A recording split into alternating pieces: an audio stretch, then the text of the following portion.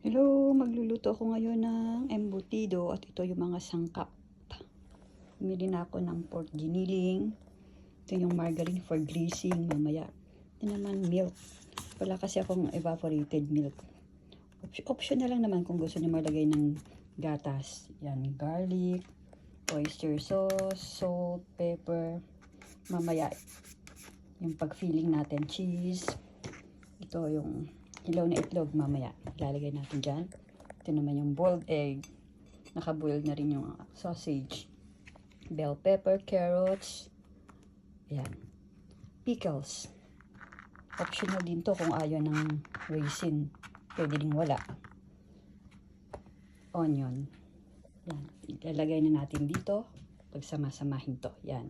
Tapos ito, mamaya yan.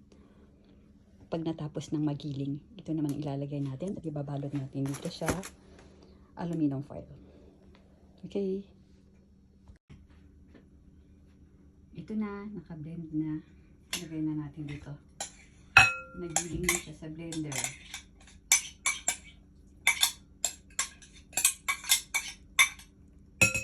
Kamayin na natin. Para simot.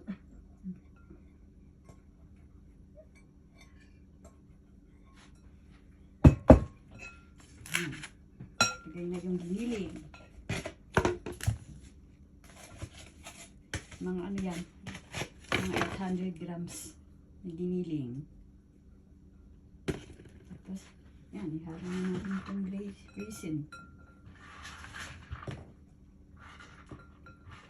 Tapos, lagay natin 3 itlog.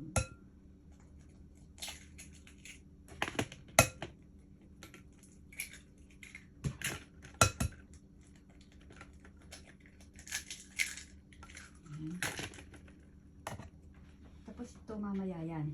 Ang filling natin yan. Lagyan na natin ng 1 grams. Ng 1 cup siya.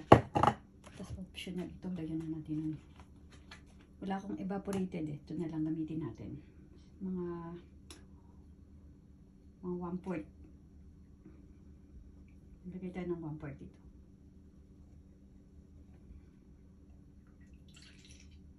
Optional lang naman.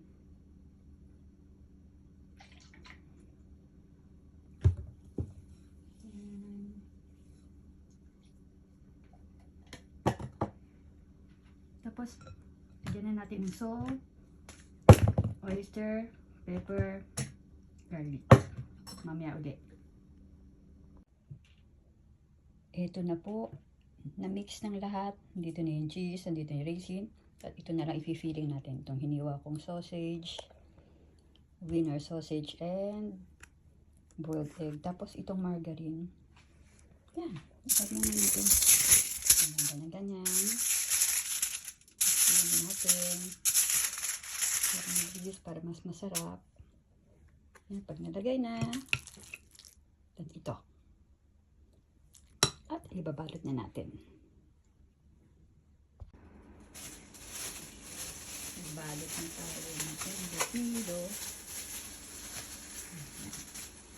Lagyan na natin ang sausage. Saka itlog.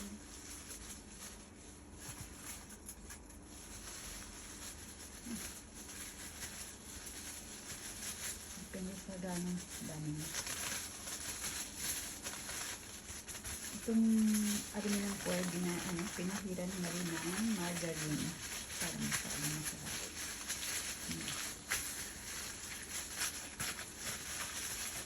Depende sa tumulong ko.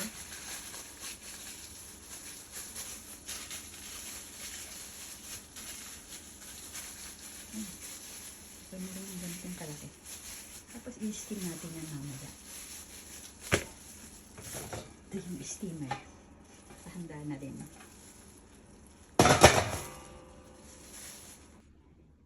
At ito, natapos na tayo sa pagbalot. Naka 10 pala tayong balot. 10 at ilalagay na natin sa steamer. Ayan. Okay, ayan na. Nailagay na natin sa steamer. Kaya dapat i-steam natin to mga 40 to 60 minutes. 1 hour. Yan. Tingnan natin maigi. Siguro mga nasa 160 degrees. 160, 180. 180 okay na. Yan na. Luto na.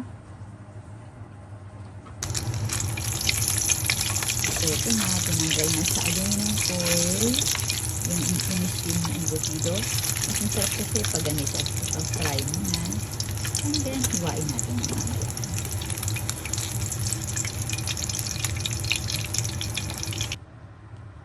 At iyan na. Ang masarap na homemade embutido ko. At sausawan natin ng ketchup.